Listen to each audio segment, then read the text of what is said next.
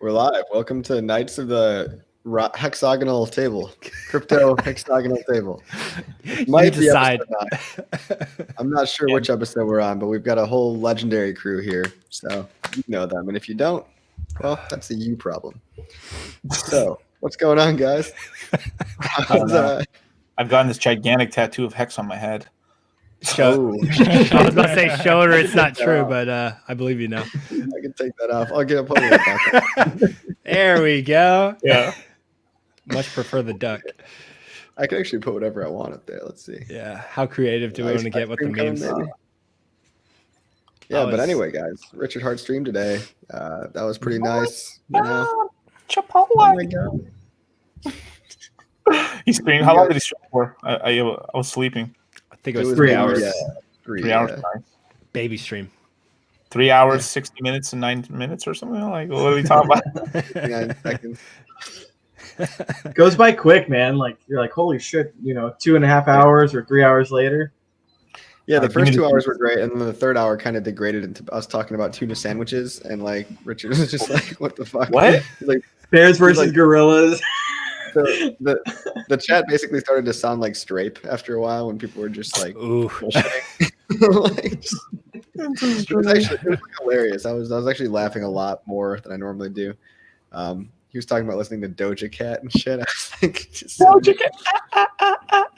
Yeah. No, that song is catchy. I ain't gonna lie. Yeah, I know, right? You should watch the Doja Cat review videos. Half of them are so funny because it's like, damn, she started up with clapping cheeks already. Damn, like that. Yeah. Dude. Oh man. You guys should look at this thumbnail. I'm about to post it in the private chat. Like, not to get distracted, but I was going to the YouTube to just check out the comments, and I see this girl's thumbnail. I was just like, what the heck? drew me in.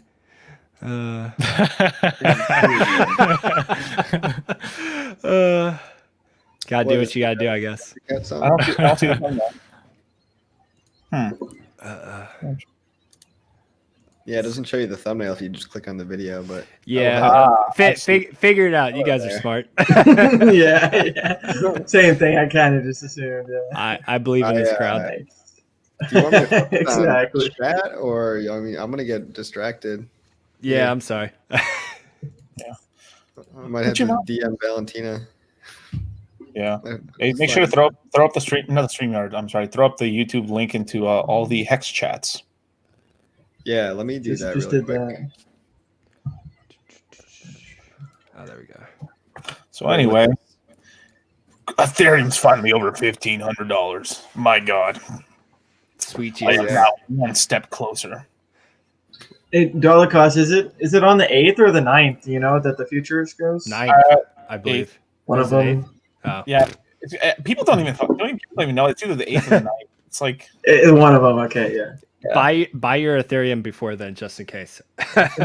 No financial advice. And if it dumps, I've got cash on the sidelines ready to buy. Nice. That's what you want to be in that position right there, where like whatever it does, you win. It'd be kind of nice if it dumped a little. It's actually Ethereum is actually following. If you look back at last cycle, it's basically doing a slightly less, because over time, in theory, like your gains after each market cycle should like get lower and lower every single time, like the farther and farther you go out. But basically, like the candlesticks, it's very similar to what Ethereum did it from January of 2017 up to June 17th of June 19th, 2017. So basically, January 2017 up through June 2017. If you actually overlay that candlestick pattern and then rescale it to the current chart, you'll get, it's pretty crazy just how this stuff just keeps reoccurring over and over and over and over and over again. So it's suggesting basically around like a $3,000 Ethereum with this next move up. I have no idea if it's going to get that high, but I wouldn't be surprised if it hits $3,000. I'm gonna have to get a bigger background for this backdrop right here. Spoken like a guy that's got a big bag of ETH. I like it. When you're holding ETH, this is your hand right here. Okay. Royal flush. I was looking like, were you missing the Jack of Spades? I couldn't see it. It does look kind of dumb. It looks like a D for dickhead. You know what I mean? Like, Oh, what the heck? Yeah, that J's a little jacked up. a little jacked up. I thought it was like a Joker or something at first. I was like, eh. What's that artwork behind you? What? Oh, it's my pirate treasure room. Ah, so you got the. There's RG. There's Okay. and stuff like that. This is the treasure room. This is some of the battle that's from like when I raided that city that one time back in the day. I don't remember Candelabra. Canberra and stuff and everything like. Oh yeah, right there. Yeah, All I see, a bitch to get, but I got it. You know. all I see is that dirty precious metal that Richard Hart was talking about, and it's only good for conductivity. I think he touched that on that on his stream today. He's like, oh, Yeah, let's go take a look at those charts. Yeah. Like, do you want negative 50% or do you want 3 million X? Like, you pick. Like, have fun with your silver, guys. Yeah, you went. Also, by the way, that whole silver thing, I'm pretty sure it's kind of been proven that was kind of just an inside job from Citadel. Like, they planted it within Wall Street Bets, where it's like Oh, the whole it is. ratio thing. Do you know how big Yeah. Citadel is? That gorilla in the room. It's that gorilla in the mist. Yeah. Why do you guys think that all the media and everything was running with the whole silver thing? Like all the media was running. It's like silver's the next big move. Like Citadel was just in there. It's like, yeah, go ahead, pump our bags. We'll take that. We'll use our position in silver once you guys boost us up, and then we'll get out of our goddamn naked shorts that were overstretched out by this point. So I don't think people bought it though, because silver didn't pump that hard. no, So- It's hard to pump. Dude, It's the most manipulated thing in this world, I think. I mean, that's saying something. Wow. Silver and gold sorry, go ahead. Oh well, it's like if you account for all the markets, so you have like on traditional brokerages, you have SLV, which is speculated to be heavily diluted, where there's like claims where it's like 200 to 1 versus the paper versus physical. So I was reading somewhere, I didn't really fact check any of this stuff, but supposedly like it's a $1.4 trillion market, and like that's really hard to move if it's already that heavy to start with across. If it's all paper, then that's going to be really difficult to move. I think people were speculating.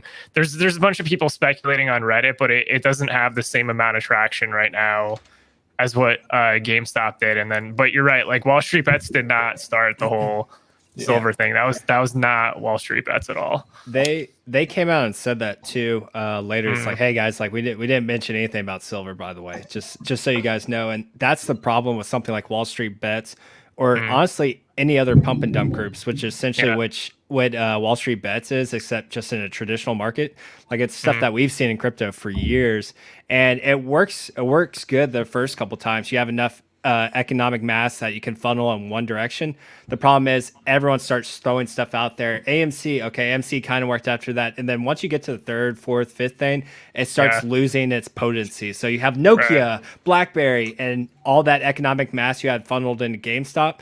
It starts becoming less and less and less and less, and it just doesn't become as an effective movement. And then the pump and dump group just falls apart, right? Eventually, people are going to take their profits, and just like Richard talked about today, you're gonna hurt the hedge funds. Like you're gonna hurt Citadel. You're gonna hurt all them. But then you're also gonna hurt the guys that held on, and they're gonna get dumped on too. They bought in on the wicks. They bought in at the top, the hype, and they will be left holding very expensive bags. I know a lot of people bought in just on principle, just to say fuck you. But at the end of the day, there's gonna be little guys that are gonna get wrecked too. It's how trading works, and that's why Richard and everyone else is such an advocate of like, hey, don't trade. It's a negative sum game. But dude, the fundamentals of GameStop, you guys. I mean, come on, guys. You buy a $60 game, and then you sell it back to them for $3. I mean, $3. That's a good deal. Yeah. Well, yeah. I have that must have been Call of Duty or something. Well, you did say a very expensive bag, but if they bought GameStop at $300, that might not be a very expensive bag in a couple days. No. What was Oh it? my Did God. you put a tweet up earlier, DC, where it was like it was like an old post that someone did. I think it was on Reddit saying they were like using GameStop as a bank. It was more Yeah. efficient. Yeah, yeah. Some guy on Reddit basically said he works at the mall, right? I think he works at a phone company. I think he works like at AT&T or Verizon or something, right, at the mall. And what he does is he takes his paycheck and pre-orders games on GameStop. And essentially, because he pre-orders them and everything, anytime he needs cash, he just cancels the pre-order and they give him cash. And it's a more effective way because anytime you cancel a pre-order in GameStop, they give you all your money back, no fees, No right? lines. No line. Like there's a less of a line at GameStop. Essentially, it's like I have a bank that allows me for banking purpose to get all the newest games if I want them because I'm pre-ordering everything. He's like, the employees there know what I'm doing, but they can't stop me from doing it. Brilliant. Oh, man. Well, one of the things you missed today, Dollar Cost, was basically Richard Hart left me on red, and I've been trying to get the website pushed, but at one point he was like, "Yeah, coffee. I know you've been bugging me, and I still got to do that, but I'm gonna get around to it. So hopefully soon." But I'm glad that's what you got, Internet Lurker. That's what I got from today's stream too. So That was a good little note. He was just like, "Yeah, don't worry, coffee. Like, he's still got a little blue check mark next to your name. I haven't looked at your message at all, but that's my reminder to get back to you." Coffee, don't feel too bad. He left me on red too. Sorry, man. I'm used to it. What you talking about, you man? Shit, I heard you splitting hella plates, man. I ain't talking about either. I only get left side right from dudes. Wait, what? What? Who said that? Yeah. So, is there anything new juicy from the stream? I'm trying to think. Well, there was some really funny comments on NFTs that were hilarious. Wait on me. Yeah. Well, there was just I think one of the first topics like on the stream, or it was at some point in the stream. I still have to go through parts of it, but he was just somebody asked like a question on like what Richard thought of NFTs. He just basically lit him up. It was really funny actually. But he is right though. He is right on that. Like, because all the like every cycle, like last cycle, there was crypto kitties that are just totally worthless now. And all the stuff, like most of the NFTs are just going to end up being totally worthless, like in a couple of years.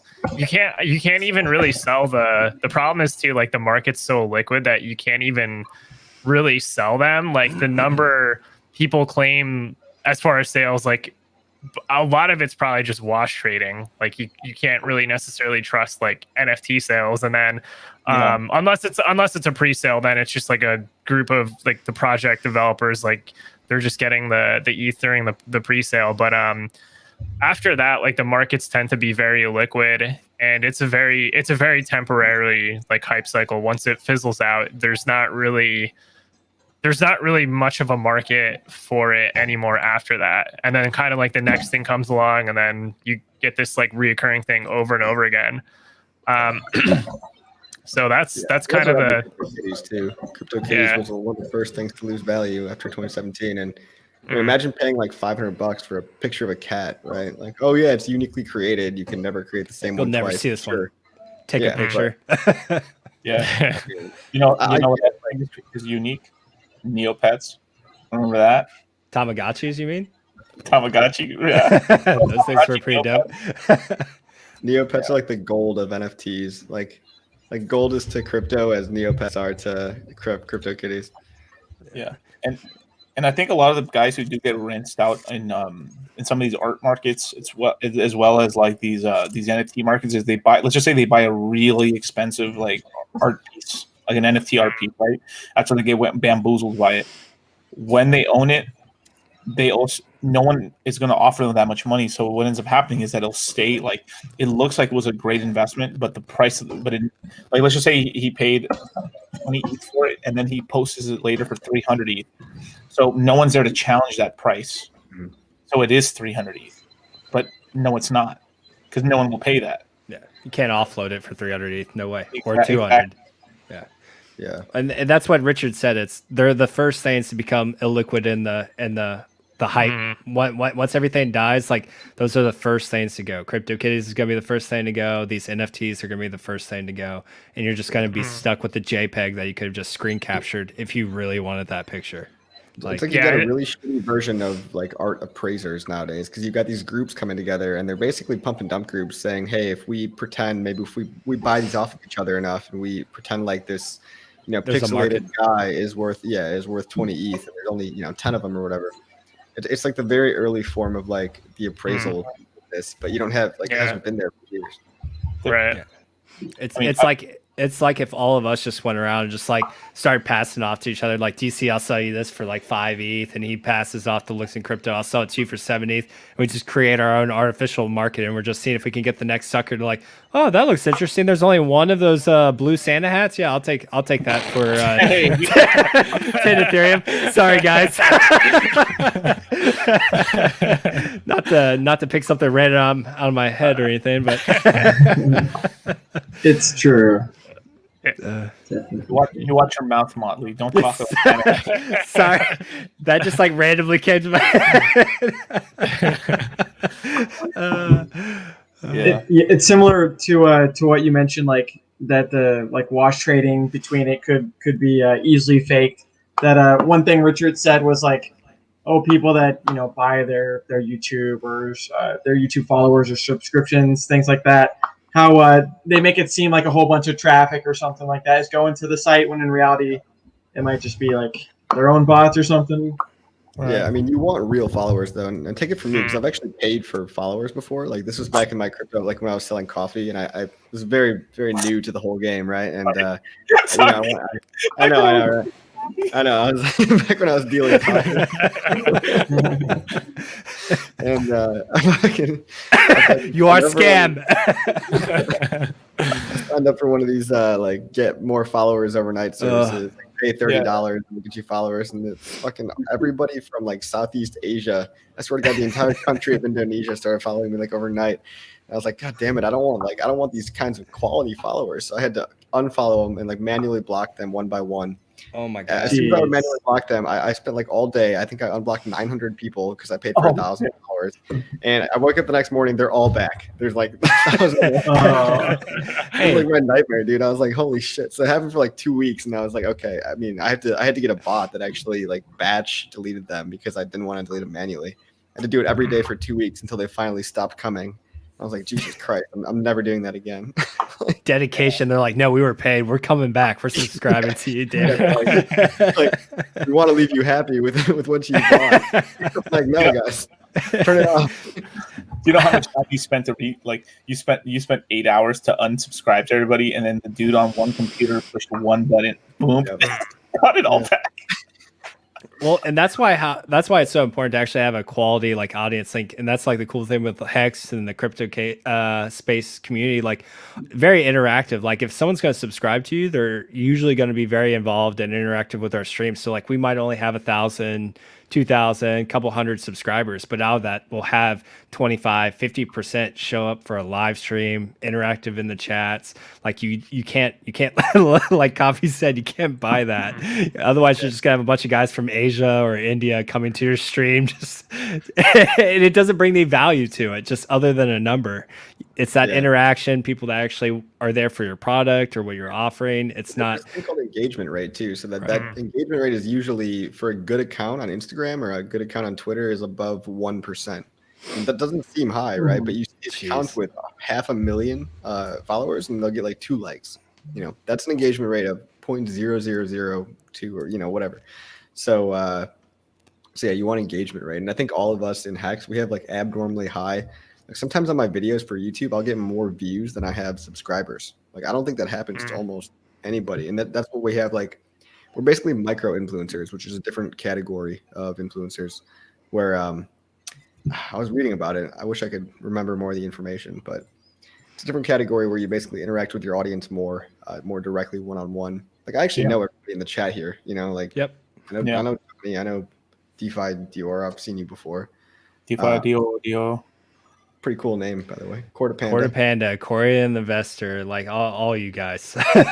Chaotic Creations, like everyone in here we know. Lurker, always here. Yeah. I remember getting shit in a neat way. and then Brian Jones and stuff. We go out every other weekend and stuff, dude. And dude, Hex Dirt Saw, man, what a pussy hound, bruh. Yeah, don't go out with him, dude. He'll take it all for himself. Well, it was funny, right? So like I've been working on Joey Ingram. He's a poker podcaster and streamer and YouTuber, and he's got like a 500,000 on his regular YouTube channel. His podcast has like 136,000. I'm looking at it right now.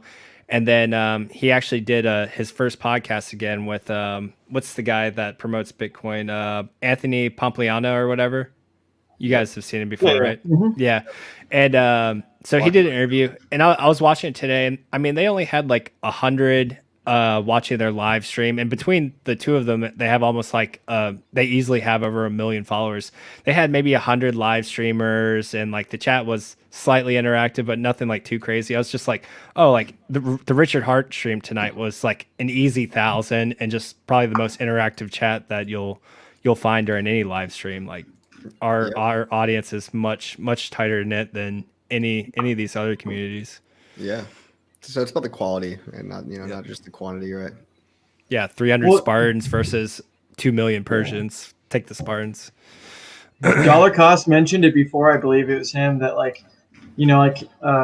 as far as like the influencers go, like a lot of them do have like their own kind of team of people that they have like set up the videos, and a lot of them aren't even like live streams that they do. They're just videos. And so to his point that like Hexicans, a lot of us that weren't streaming that are now, you kind of adapt and overcome, and the actual quality itself is a lot better than say some of the other people that he was kind of referring to. Yeah, he did mention he needs a PR guy. So if anybody knows, and in a way, we're kind of all like we have group chats and stuff where we kind of not very good PR guys. Yeah, we try, but we don't have those connects. We're working on it. So. I don't drop ours anymore.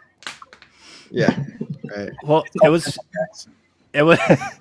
funny when someone mentioned that on stream. I was like, that never really clicked with me. I was like, oh, that's actually a really good idea though for Richard. Like get him an actually good PR agent that can actually reach out to some higher level individuals that a lot of us are just like plebs going out there like, hey, you, like, I know you got like 10, 20 million viewers and everything like that, but you should really get on an interview with Richard. Like, yeah, okay, dude, I'll get right on that. And we've gotten a little headway with some influencers and other people, which is really cool. But once you get to that upper echelon, you really do probably need an agent to a degree. So that was kind of cool. That's a point I didn't really think of till someone mentioned it today in the stream. I think we're making progress, Like with our group especially, we have like a lot of stuff on the roster that's upcoming, and I don't want to give it all away, but we've got some big names that we're not giving them to Richard. We're actually going to take them ourselves. It might be me, it might be RG3, it might be Molly. DCC is probably up to his neck in work already, so don't want to overload you with that shit.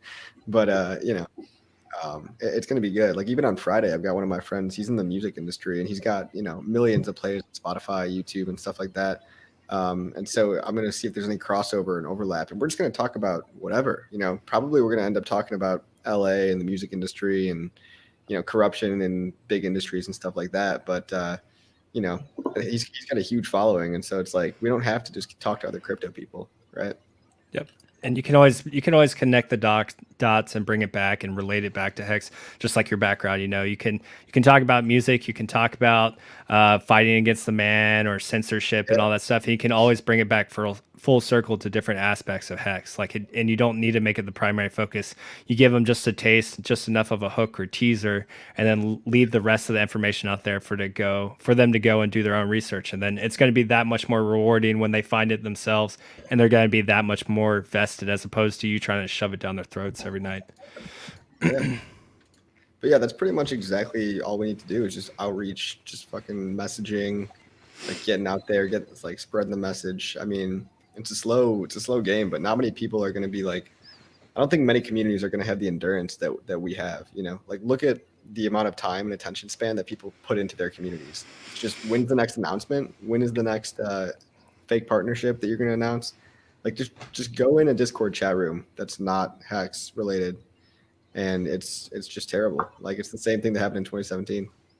So And then eventually when you do get that pump that you've been wanting, and maybe you sell your position or you sell majority of your position, like you're no longer vested in the project. Whether however much you liked it in the beginning, you're not gonna hold the same level of personal investment into it that you were before. So that's another unique advantage that Hex has, especially in the crypto space. What Not only the crypto space, but even traditional financial markets, what investments are you locked, literally physically locked into for 15 years? Like there is no like, oh, let me just go ahead and exit, because most of us are completely staked out, which is good, and we'll realize profits as we go along. But it's just you get that taste, you get what you need as you move on throughout the years, but it always keeps you fully vested in the project and keeps your mind from wandering and allows you to continue to grow and build up other people in the sphere that you're working within, and it just continues to grow and snowball into essentially an avalanche of adoption. It just takes time. Yeah, and I was just gonna say, like for the for the coins Motley was mentioning, where they're in the like Telegram waiting for like announcements and stuff. Like the reality is, like what ends up happening is you basically have traders that they speculate, because what happens is the coin basically goes into like into a wedge, just like a falling wedge that goes forever. And people basically speculate on times as to where they think there's like a short-term bottom. Most people get totally wrecked, like speculating where that is. Like it's pretty much like you're basically just doing a total gamble on it. But what ends up happening is, like for the most part, you get like an announcement, you get a relief rally. The traders that got lucky basically sell off, and then it goes back into the wedge and just keeps kind of repeating that over and over again. And like that's like, if you look at the majority of the coins in this market, they don't actually have like a consistent chart or anything, like any kind of consistency as to like what they like, how they move in the market. It's basically just like it's a relief, and then basically it just keeps dying after that. That's why like you look at the large majority of the coins in this market, and 99% of the coins in this market are going to die. Like that's how it happens every cycle. And the 99% are those coins that either they try to clone something that already exists, so they're attempting to steal a network effect that's already better and that already exists, or it's basically something that's just not gonna basically achieve whatever promises are being claimed at some later point in time. So yeah, you have to be really, if you're going to speculate on coins in this market, you really have to, like, if you're it's just, to be honest, like if you're speculating on coins in this market, like most of them are shit coins. Like there's only a couple good coins in this market, and time and time, like it proves it every cycle. So there's at least, like if you look at something like Hex, you have the staking, so the coins are pulled out of circulation. So what you basically have, like you reduce like selling pressure. It's pretty incredible. And the chart, like if you look at actually how the chart's consolidating on the USDC pair for Hex, it's far more consistent. It just has a very consistent consolidation. Like it's not. I wish if I had charts, like I could pull up examples of it, but it actually is like a very big. There's a very big consolidation that's going on now, and most coins you don't even have, like it doesn't even make it that far. Well, most coins rely on news, right? They're like, when's the next news for the next pump? And we're relying on actually getting new users, right? And when the new users come in, they can't just get out right away. So we're going by the first principles on what actually makes a thing pump. So getting new users, like the coins that are relying on news, their only users are the same people, the same crypto community. So they're not actually doing any outreach. You know, DeFi got new people in because new developers are focused. They want to build cool stuff, and it actually kind of got new Silicon Valley people in there, because now they're thinking of like, oh, what startup can I make in Ethereum? It's not really the right angle to think of it at, but like, that's still a new pocket of people, right? The Silicon Valley folks. Bitcoin started with like the libertarian and like anarchist and freedom type of people, but then the price went up so much that like it's being used by all these different different things. But yeah, what was I gonna say? There's 3 streams going on right now, so thanks for coming, guys. I saw that going on, and I was just like, oh man, we got Gary Funding Jim's channel on. What was the Mally Allen's channel was going on? I was just like, and Knights of the Crypto Table about to go on, and like before that, I was like, is Richard gonna go for like 6 hours? And then we all just like cancel our streams tonight. So I was just like, we'll see. And that was another thing earlier today, like. I actually had my video that was scheduled to come out. I had it originally scheduled at 4. I was like, oh, I'll move it back to when people are getting off work, like 5:30 East Coast time. And Coffee ended up having the exact same video that he like front ran by like 30 minutes. I was like, God damn it. And then you copied me. I was like, what the fuck, man? Well, I made mine last night and sent it to a premiere. I was like, oh, I'll schedule it tomorrow. And then it was the exact same video, so it was hilarious. I think I used GoDaddy and you used Namecheap, so it was perfect. Other than that, it was like the exact same video. Stickers. I was like, did you literally just watch my video and make the same video? No, but it's okay. Like it's good content, and you got to get it out there. And what's funny is I didn't even plan on making that video. I just made it in like a 20-minute span today because I was like, you know what, people need to know about this topic. So I just made it like really quickly.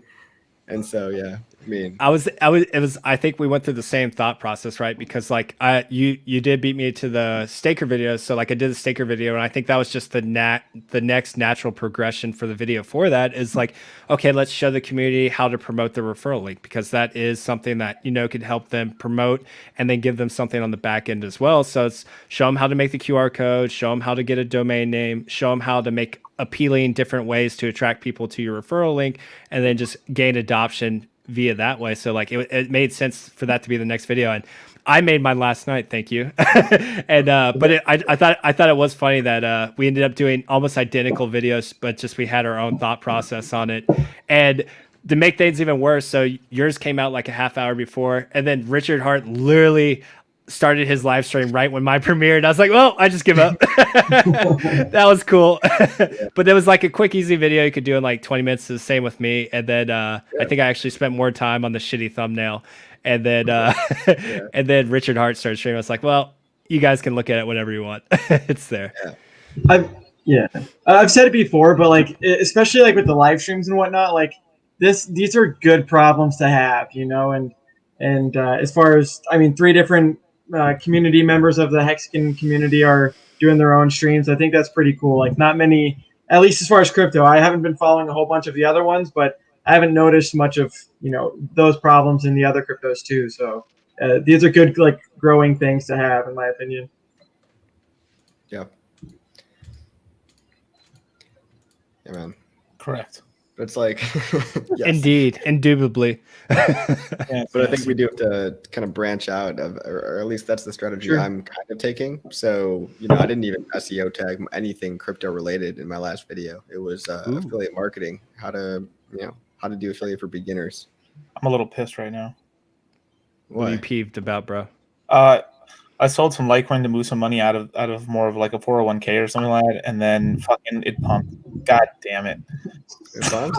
Wait, you sold Litecoin to move it into what? A 401k? You said? Yeah, I sold it out of like a basically I sold it something like out of a 401k into cash so I could get real Litecoin, and it fucking pumped, and I'm just like, man, how much?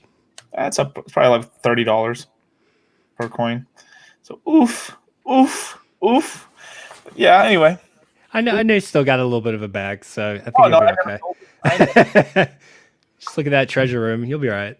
I'll be all right, but I'm just like, oof, man, God.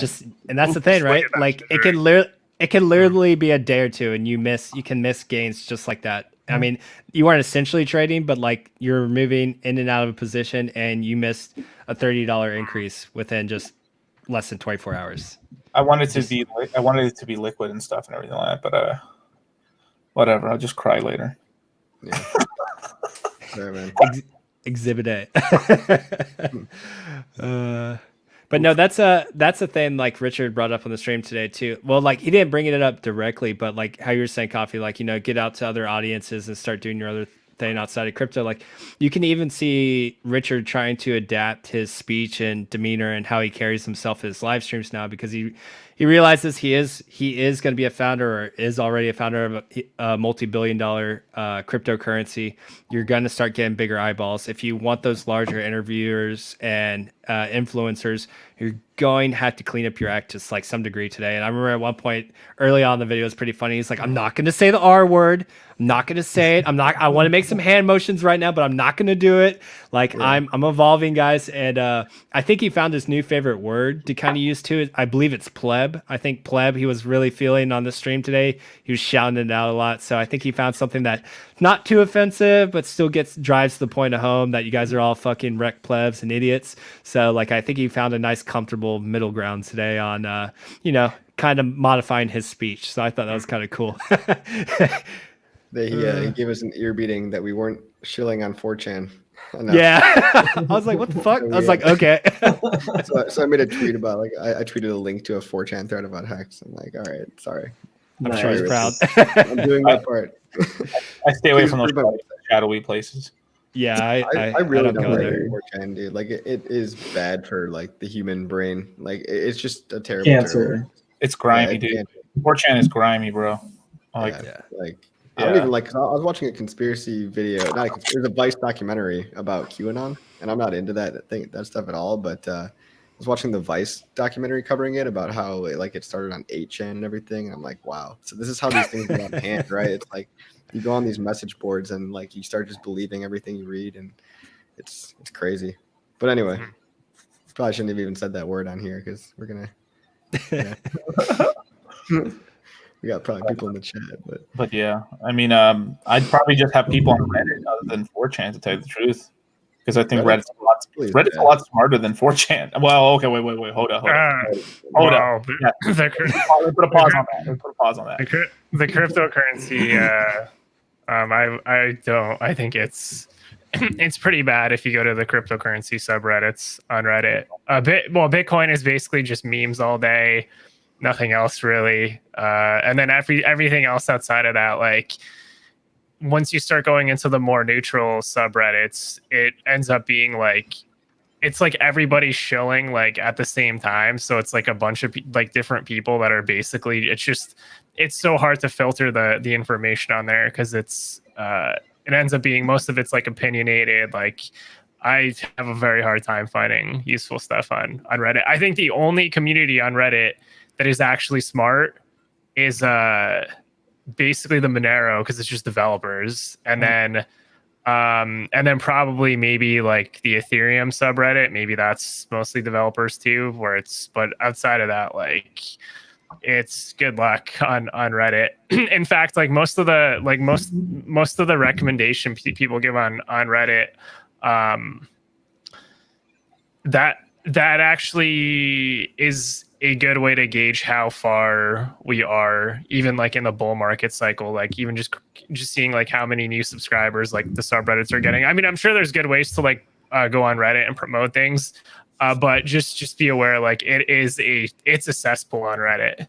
You can do it. It's just you're going to be dealing with a lot of nonsense for sure.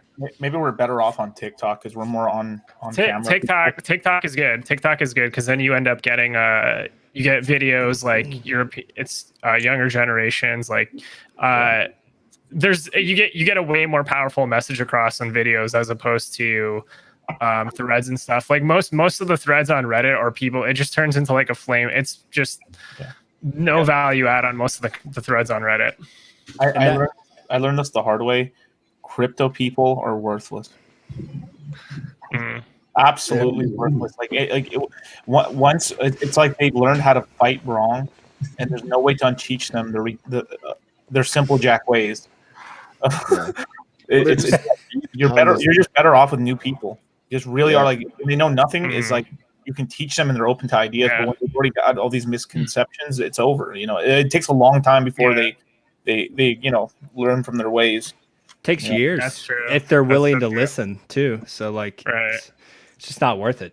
Just not worth it. Yeah, it's true. And it goes to, there's even points like Richard makes where at some later point in time, people end up basically buying at a higher price. And like, that's the price you pay basically for not for ignorance. like for ignorance, basically. Really? So it's like, okay, so you pay a higher price later on. But yeah, what DCC mentioned there, like newcomers are always the best, because like there's not like any external factors that are gonna kind of persuade like their decision, let's say, what, or have certain biases, I should say, because like you even have there's even holders from last cycle, like coins that have done really bad, relatively speaking, like in the market performance. Like there's been coins that have done terrible from last cycle that still has like a huge following, but they're still kind of stuck in that particular coin, and they're not really willing to hear like outside basically perspective. So the people that are coming into the market, like new retail coming into the market today, that's going to be your best audience to appeal to, because they haven't really picked like a tribe yet, basically. And that's just kind of how like a lot of cryptocurrencies are. Like I'm pretty like, even with most of my holdings, there's really only, I have coins that I believe in, and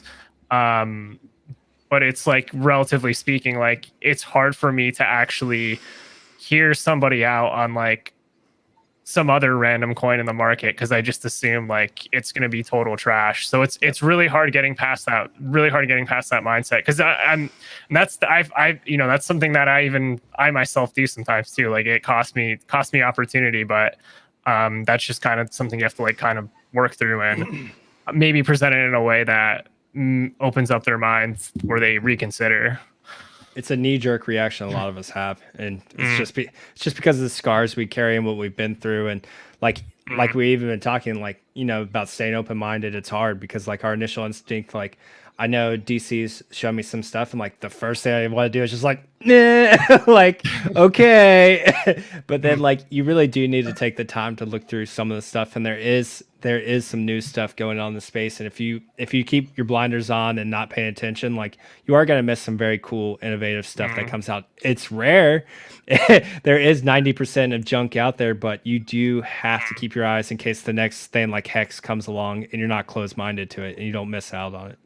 Yeah It might be blasphemy to like some people, but I mean there is other interesting stuff going on in crypto right now. Like there really is. It's, like there's a couple other things, and obviously like I don't want to shill them because like not a lot of them are even, they're not even all coins that would be good to invest in, right? But like for example, the idea of synthetics I think is cool. I'm not saying at all to go out and buy the token. Like I don't think the token is going to pump because of that. And maybe it's not really designed to pump because it's like a different utility kind of thing, right? But I think it's cool to have decentralized derivatives and that kind of thing. So there's other things going on as well. Yeah, I mean, I know DC's itching right now. Go ahead. we can talk about it. Like it's okay. Yeah. Like I'm just I don't I just know he's ready. Oh, you're muted. Oh, you're on mute. Yeah, Dude. keep going. Yeah. I don't know if he's played it up, but there we go. Yeah. I was like, coffee, I'll let you finish, but Synthetics is one of the best blockchains of all time. Get in now. Fucking plebs. So that coin is gonna pump. Bruh. I mean, I'm just excited that they're going to take a lot of the when ETH goes to their beacon chain and their like side chain.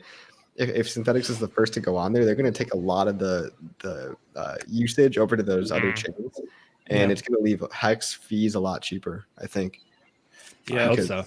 Well, it's going to have optimistic rollup, essentially. So, and it's pretty much Vitalik pretty much said it, they want. Synthetics is really the first big protocol to actually even playing around with it at all. Yeah. So the reason they want that is because, I mean, here's the main reason why they want that. So if derivatives are live on Synthetics on top of V3 Uniswap, because right now what's going on is Uniswap and 1inch are competing against each other. Those two in terms of the swaps won already. That's it. It's 1inch. Yeah. It's 1inch, which is owned by Pantera Capital, and Uniswap, Pepsi. Pepsi, yep, and Uniswap, which is owned by Andreessen Horowitz, which is those are the hedge funds that control it all. So Pantera Capital is the oldest hedge fund in all of crypto, and Andreessen Horowitz are just those motherfuckers. And Pretty much. They're really interesting. Actually, I kind of like how Andreessen Horowitz goes into places, because when they go into a project, they essentially go to the team and say, okay, let's just say like I was Andreessen Horowitz and you guys are this coin, right? Hex coin, right? Like, all right, I'm going to invest in you guys. Cool. Okay, so I'm going to hire guys to dress you guys a little bit better. We're going to take some people that teach you how to speak on camera. They essentially are A&Rs. In a way, they bring up the shortcomings of people in the company, as well as like, okay, we're going to hire this person. Obviously, we need this. You're Crypto Coffee. I'm going to get you an assistant. Valiant brand. Stay the way you are. There's no hope for you. and that's what they essentially do. They give you money to do all that stuff, and then from there, they actually just boost up your team and then hire people for your companies and everything like that, and essentially help you level up and give you the Rolodex, as well as control you. I mean, of course, right? Yeah, they treat it as a business. They're coming in. They're going to use monetary. They're going to use money, get you guys right and how they see fit, and then they're going to back you essentially. But then that comes with strings attached too, right? But no matter what, that comes in everything. So if your friend invests in your company, your friend has a say in the company. Mm-hmm. It's the same sort of thing. Well, I'll keep this in my back pocket. I won't say this other part, but basically, that's saying a lot though, because Andreessen Horowitz is best in class at this. Most hedge funds suck so much at this sort of stuff. Like that's why they're actually they're doing more of an old school sort of style, because that's the A&Rs don't even really exist anymore. Not even in the music industry anymore. So they're one of the few hedge funds that actually kind of have that ability to actually groom people, which is pretty cool.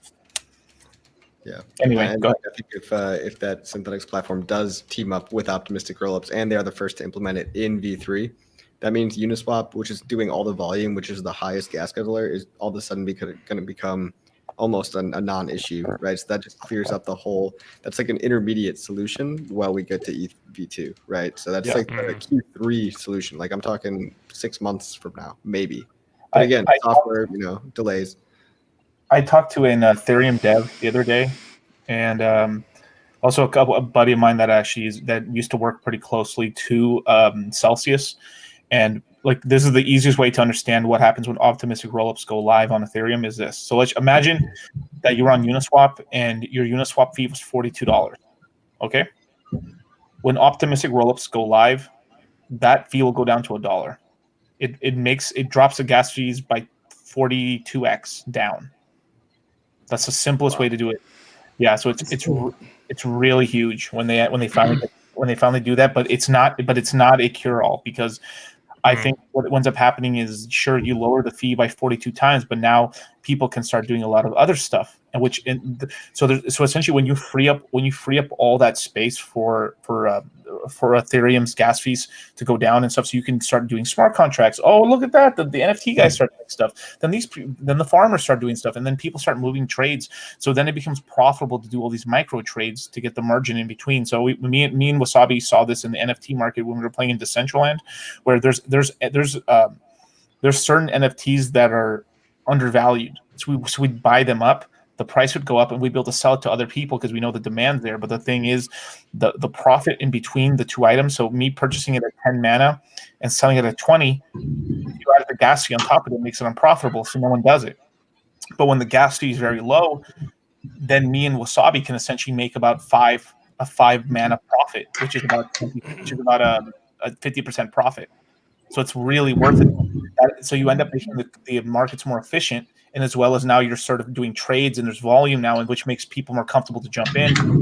It's a little different from the walk trading we were talking about in terms of the art pieces, but it's actually real demand. It's just people are just essentially doing a market of selling items that are popular, right? But when the gas fee starts spiking up, that goes away. But right now, all that demand is there because people have seen the arbitrages. The arbitrages are there in so many places, but the gas fees really stop a lot of people. So the minute you essentially 42x down the gas fees, we'll have those things will be full within 4 months again. Yeah, and then what were you? I guess what were you speculating as far as like how much time that would go on for? Because I'm Oh, where it's nice. It's really where the yeah, gas. where it's like cheap for a while. What's your speculation on 2 months. 2 months? Okay, Two yeah, and because a half months, okay. this is even going back to like synthetics, for example, because there's basically different.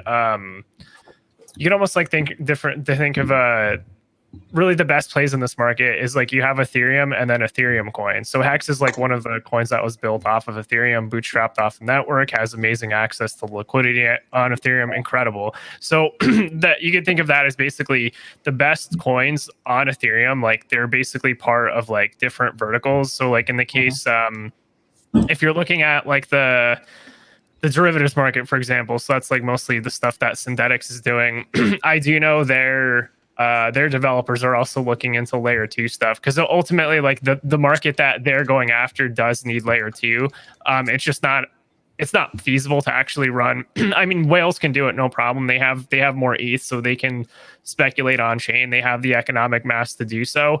But for the majority of people, they're going to most likely be using layer 2 solutions at some later point in time. If there's I've got a weird question though, are optimistic rollups only able to be implemented in a layer 2 ecosystem, or how does that work? I think it's only layer 2, isn't it? I think it's layer 2 and ZK rollups on layer 1. You can. ZK rollups, yeah, because ZK rollups are better. It's just Vitalik said he couldn't. So they're doing optimistic rollups first because it's essentially simpler to do it, but they're not as efficient as ZK rollups. But to tell you the truth, what they really so in terms of scaling the arbitrage, so it's optimistic rollups, ZK rollups, sharding. and basically what it is, it's like this. So once they have optimistic rollups, right? So 42 times more transactions, cool. Then they unlock ZK rollups as well, probably on main chain. That will increase. It's like that'll 100x the transactions on Ethereum times 42, which so it's like, let's just say how many transactions does Ethereum do per block? I forgot. Let's just say an arbitrage. Let's just say I'm gonna multiply by x's. Okay, so you 42x times 100x. So now Ethereum's 4,200 times faster. And then from there, you end up adding sharding on top of that, which essentially is like a 64 block. So imagine like you have all those shards. You've compartmented, you've shrunk down the transactions into these little shards. Then they do another shard, another shard, another shard, another shard, and then there's a main shard which can hold 64 of those shards. So essentially, you take 4,200 times the transactions that you can now times 64, and that'll give you something like. It's a dumb number. It's like 250,000 times faster. I mean, times faster. Yeah, and this is what ETH 2.0 wants to be, right? So it's actually splitting into. It's almost like 16 like side chains, or maybe it was 64 side chains that all roll up or consolidate on the ETH, what's called the beacon chain, right? So imagine it's just like multiplying itself and like spitting out like a hydra, and then it's like coming back together. And Polkadot's going the other way. They're essentially instead of having those chains be like empty chain, like sort of like your background. You see how there's like those chain, like each one of those lines in your background's like a chain. The way Polkadot's sort of doing it is they're doing something what's called parachains, which each individual shitcoin that they call that they have, right, is its own chain that can do 1,000 transactions per minute, I think, per hour, let's just say, or per block, whatever the case is. And what ends up happening is that a lot of these chains have empty chains, right? Because so what they're doing, every chain is essentially is in charge of their own chain to run their chain and to have their system working. But most people's chains are pretty empty, right? So let's just say I have dollar cost coin and all I use is 20% of my chain's TPS. Cool. So what I do is, okay, I take 30% of my chain. Okay, I'm gonna use this. Then I rent out 70% of my chain, my blockchain, to Polkadot, and then Polkadot gets to use my TPS. They make a little money off my chain. I get to, for renting it out to them, I make maybe 20% of the gas fees I would have got, but I don't more money than I got anyway. You need some kind of interoperability layer then to cross over. But you know what's ironic? Like in 2017, we were talking about people were trying to solve the scaling issue with like Bitcoin Cash before it was even really an issue, because you didn't have full blocks at the time, right? Like Yeah. now we actually have, like, it's actually a good thing that we have this problem, because that means we have enough adoption to have this problem in the first place. So like, now we're seeing the Ethereum wars, and like there's going to be all these competitors. Honestly, my bet is still on ETH. I really want ETH to win, but there's a lot of other cool shit going on too. Yeah, I think the network effect around Ethereum at this point, I think there's just 0% chance. Literally, like, I really have very low faith on something else toppling Ethereum. If you're speculating, that's one thing. Like, there's going to be people entering the market that they're not going to know anyway. So the speculative part is like, whatever, you can speculate in bull market cycles, but the fact of the matter is, like, these other chains have historically always died and lost all their value versus Ethereum. And like, this is just the way the market works. Like, I'm just telling you, like, literally, this is, the charts say this is, and it's the same thing actually. If you look back at like all the clones versus Bitcoin, so you have like Bitcoin Cash, like literally it lost 95% of its value versus Bitcoin. But that's not something that like you necessarily observe right away during like a bull market phase, even though it was bleeding out. It's just over long periods of time when you go through these expansion and contraction phases, most of the chains are going to bleed out versus Ethereum. I mean, just look at all the coins in the top 20. Like, most of those are Ethereum and Ethereum coins. Like, it's all there's so much value built around ETH at this point that I think it's suicide to even decide to build. This is my opinion. I mean, I could be wrong on this 5 years from now, obviously, but there's so much value built around Ethereum that it's like, why would you sacrifice all that liquidity to build on a chain that literally has nothing going on at all? Like, case in point, Cardano, zero economic activity at all. I'm serious. Like, there's literally nothing going. I agree. Yeah, or like Tezos, for example. Like, I don't want to try it, but like, I mean, no one. They had to hire 10,000 developers, and they had to pay them to do work. Like, you're getting natural people flocking over to ETH because they want to do stuff over there. Like, we don't have to pay. Like, the Ethereum Foundation doesn't have to pay developers to come build cool stuff. Like, the EOS people, I don't even know if there's anybody on EOS anymore. I think there's shit on EOS, yo. I'll say this, fuck EOS. I mean, yeah, fuck EOS. Agreed. Like, it's rug pull of all time. All time. I mean, I think Polkadot's gonna be the first one to even really give them, just like, it's even gonna like draw Ethereum's attention. And even then, I think DC, you touched on this, like, they still got shit in their back pocket. Like, they're just sitting on their hands right now. Like, they're ready to go on some stuff, and they're just waiting to pull that switch when they need to. So they're ready to crush the competition when it does start raising up a little bit. They're ready to just literally just shit on them. So they could drop EIP 1559 today, homie. Today, it's done. It's ready. Tell me more. What about it? Dude, they could drop it today. What they're waiting for, right? They're playing chess right now against each other. So, like, Polkadot, right? So what made Ethereum poppin' was basically just speculation, which we all know, ICOs, right? That's what made Ethereum cool. It was like, whoa, I can take my Ethereum that I take off a Coinbase, and then I can buy a Promise coin and make more money. Yeah, okay, let's do it. And that's what everybody did. Here's IOTA. Well, I'll have that, please. Right. So that's sort of that side, right? So, but now I think, all right. So there's two sides to this. I'm pro both coins because I'm gonna make money on both of them. That's just the game. I'm playing both sides on this. I'm the Sith and the Jedi here. But so, what's going to be your larger bag? It's going to be Ethereum by large. Yeah. I'm going to flip. So once Polkadot and Kusama launch like crazy, I'm going to flip my profits into ETH and just kill it. So once I take all the Polkadot boys' money, I'm dumping into ETH. But let me explain the whole dynamic a little bit. Or do you want to go for it?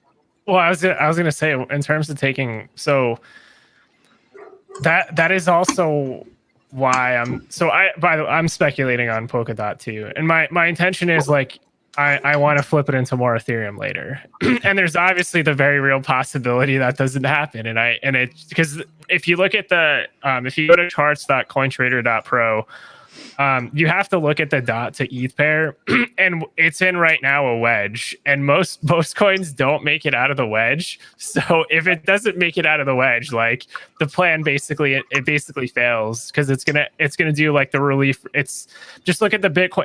It's still pending right now whether it's gonna do a Bitcoin Cash versus Bitcoin, or whether it's gonna do something like actually break out of the wedge and actually make like a higher high. Most coins don't even get to that point. So, yeah. But if you're speculating on Polkadot, you know, we'll have to see in a couple of months how it plays out. Disclaimer: be careful. Yeah, be careful. Yeah. We're on the prefaces of it. So I'm going to explain the pros and cons of everything right here, right? Ethereum is a safer bet. It really is. So if you don't even want to, like, if you don't got the time to like do all this like research and work, and like me and Wasabi over here, you know, we're no slouches and stuff, and then we're also knowing, like, I'm not speculating on a Kala. If you guys don't even know what that is, then like, oh shit, you guys, you know what I mean? It's like a Kala and a Kula and stuff like that, and you don't know what parachain auctions are. You guys, like, just stick, if you're going to invest into Polkadot or Kusama, just stick to those two coins only, because so I'll explain some of the dynamics a little bit. So just to go back to the EIP thing. So Ethereum has EIP in the back pocket, ready to go, but they're waiting on it, because what they're doing is essentially so Ethereum, imagine like you're the boyfriend, and these two girls are like mad jealous that you're spending time with the other girlfriend, and all Ethereum wants is your dollar. They want your economic mass in their ecosystem, and they're jealous that Polkadot's starting to get a little bit of attention.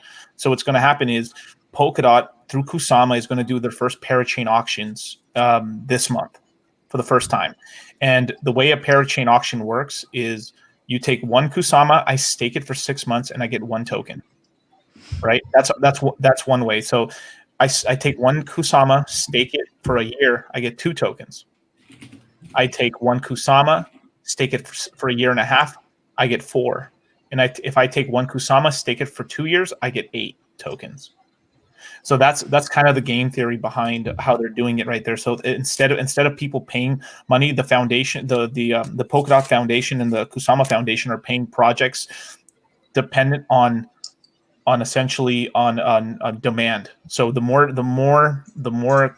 Kusama that gets staked, or the more Polkadot that gets staked, the more funding they get as projects, and that also locks up a ton of supply, which will help pump the price of Kusama and DOT, making them rarer and stuff. So in terms of the way they're doing an ICO, they're doing the ICOs far better than Ethereum did, essentially, because most ICOs are scams.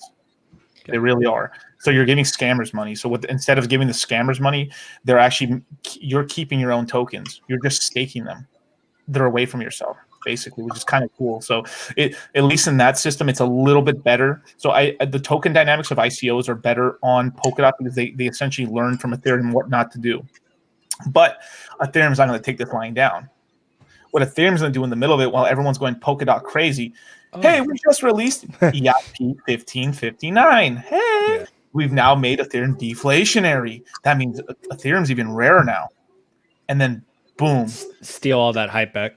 Steal the hype back. So you're gonna start seeing like Ethereum dropping all kinds of cool stuff and everything. You're gonna see Vitalik out here like bandwagoned out and stuff and everything on TV and stuff, just essentially to take hype away from Polkadot and Kusama, because so the next 3 months is Polkadot season.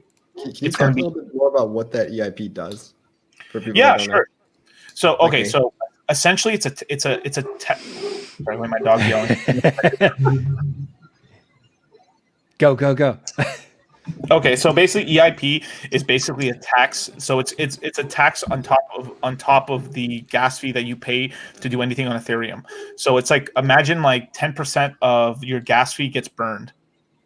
So you're burning Ethereum on every transaction you do. So when you send Ethereum, a little bit of that Ethereum gets burned. So as more transactions are done on Ethereum, more Ethereum gets burned, which makes essentially, and it gives the Ethereum Foundation essentially a lever to increase the tax or lower the tax. So essentially, you have something like a Federal Reserve funds rate, where so right now the inflation rate is set on Ethereum now. It's all based Right. on staking. The more people that stake, you're still creating 3 or 4%, whatever that is, whatever the inflation rate is for Ethereum. So what they do is, if they want to make Ethereum deflationary, they just increase the tax, which hurts the miners, but they're getting rid of the miners anyway, so they don't care. They increase the tax, what they're actually doing is making mining more unprofitable for the But then miners. would that EIP then transfer into staking though? So when Ethereum does go proof of stake, with let's say 2 years from now, does this like fee, I guess, this inflation cut fee, does that dig into stakers' profits too? No, stakers get coins. Stakers get coins for doing good things by staking. By not selling their coins, they get coins. The miners are getting robbed. Yeah, but miners won't be around forever. So Yeah, exactly. Don't think about the miners. They don't matter. Okay. Yeah. Just when we're talking about this, because they don't matter. They're going to disappear. So what's going to happen is this. Okay. We're in that transitional period right now. It's going to be a slow shift. Yeah, it's going to be a slow shift. So every time you do a transaction, a little bit of that Ethereum gets burned away into the ether. The only people who are getting new Ethereum are the new miners within the staker class of Ethereum.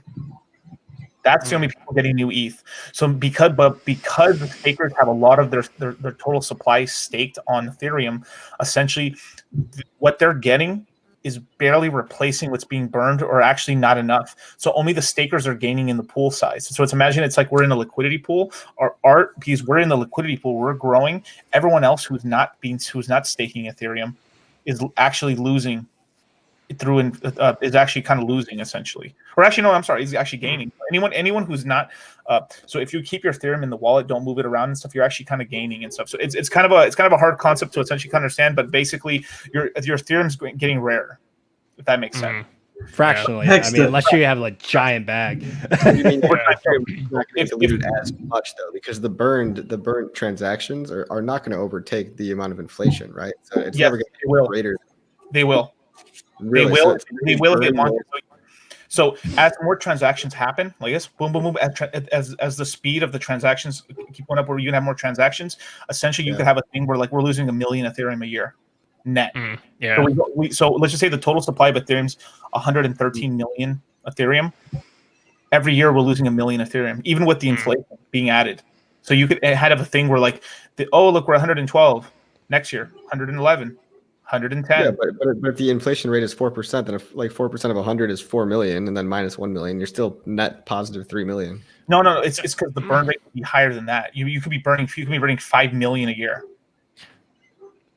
Yeah, okay, I get that. I get where just due to the more transactions and the rate of transactions we're getting. Yeah, and then too, the foundation or like the DAO or whatever they're doing, however they set up that mechanism now, pretty much whatever Vitalik says. So I saith the burn rate will go higher. All hail Caesar, and then Kaiser, and then he'll increase the burn rate, and then at a certain point we're burning too much Ethereum, and they can lower it down. Wow. Yeah. Essentially, become a Federal Reserve. A better Federal Reserve, but still a Federal Reserve. They have funds. Their funds rate, instead of being the rate to borrow money at, their funds rate is just the burn rate of how fast we burn Ethereum or how low we burn Ethereum. Or they can essentially say, you know what, you guys, we actually need more Ethereum in the ecosystem. So what we're going to do this time, we're going to take the burn rate to 0. So I guess instead of an inflation rate, it's like how much do we? It's a deflation rate almost, like the inverse of the what the federal funds rate is. Yeah, like how much can we slow down the money supply from increasing?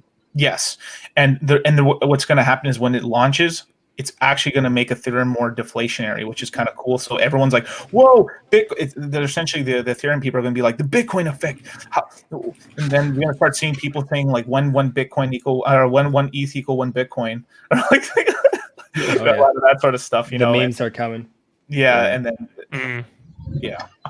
I mean, it really does seem like ETH is just the future at this point. Like, I'm so glad I'm not sucked into that vortex of Bitcoin maximalism. Like, if I imagine still being in that camp, like, imagine like you're still doing that. Like, no offense, I'm not trying to talk shit about the maxis, but some of the most prominent maxis, they're not even really promoting Bitcoin anymore. They're promoting like political shit or just more like ideological shit because they have nothing left to even say talk about. Yeah. That's why it's just memes. Yeah. It's like real. what? Yeah. Oh, sorry. Go ahead, Brad.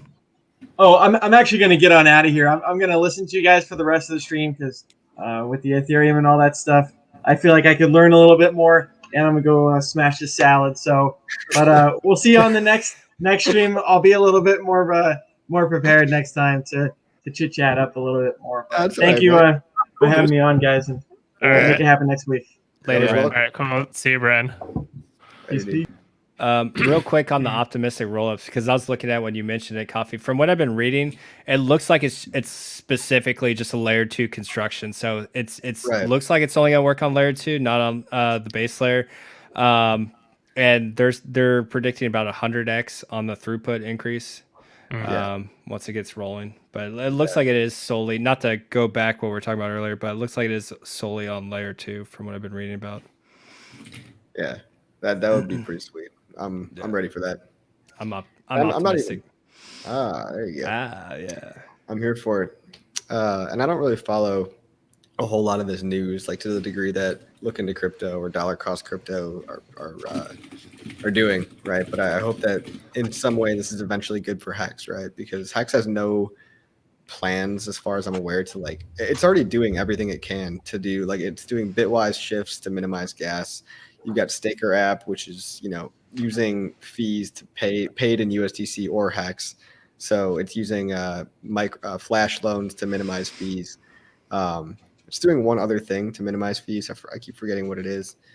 But Hex is already doing three things. They're pre-buying gas, didn't they pre-buy gas earlier? Like they've been storing up gas, I believe, to reduce the overall fees.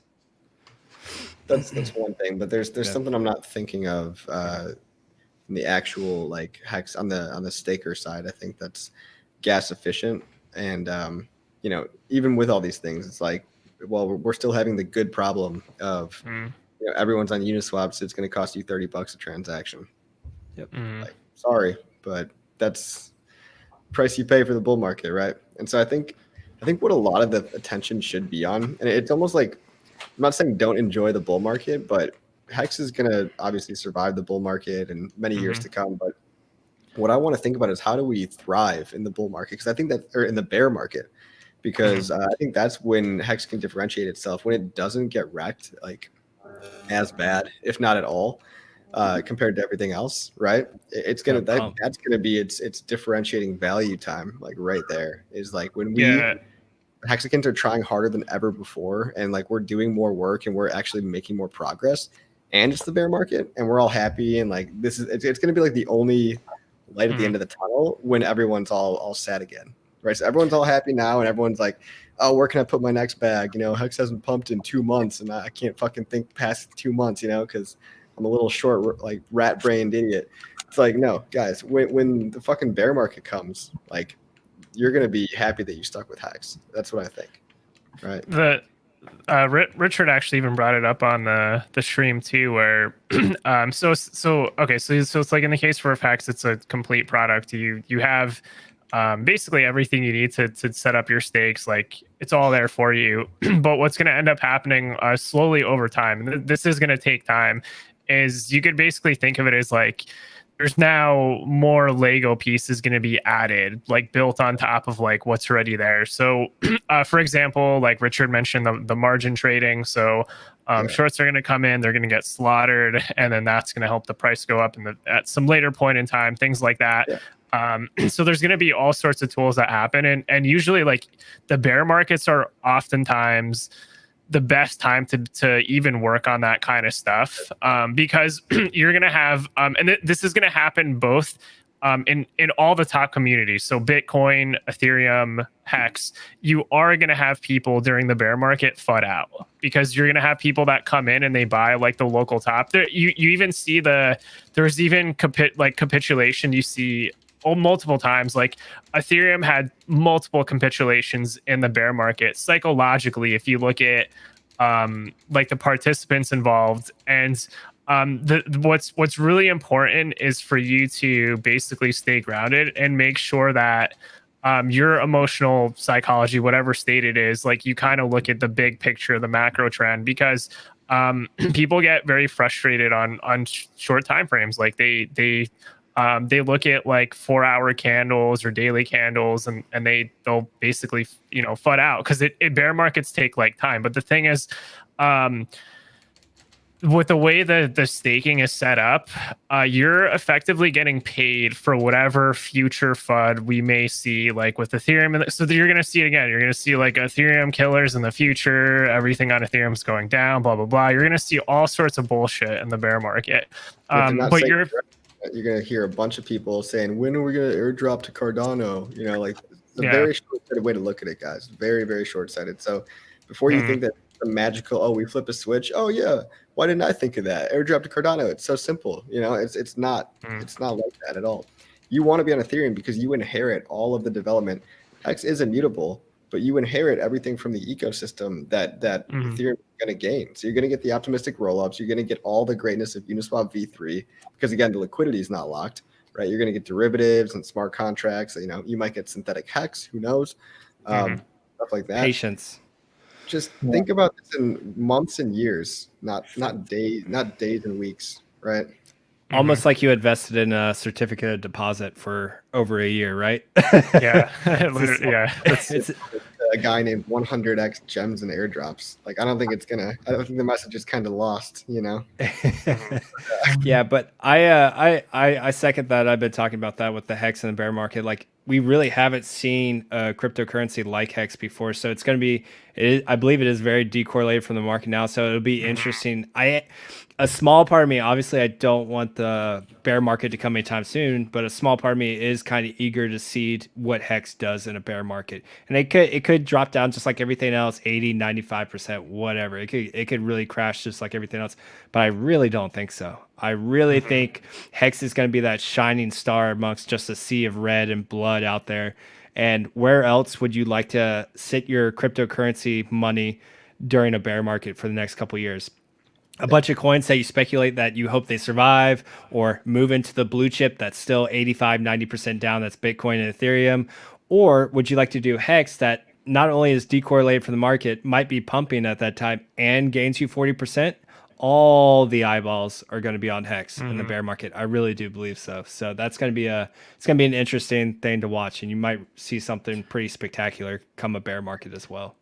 Yeah, and the bear market, what it's also doing is with I know we talk about like t-shirts a lot, but what's going to end up happening too is like, and this is something that really appealed to me when I set up my staking ladder, and it's why I set it up the way I did initially, and even going back like in hindsight, I wish, because what's happening is that I'm having stakes that are expiring like this year, but I'm actually going to end up leapfrogging those out like into the cycle afterwards to end up boosting up like my average stake time, because you kind of have to look at like, okay, like if you look 10 to 15 years from now,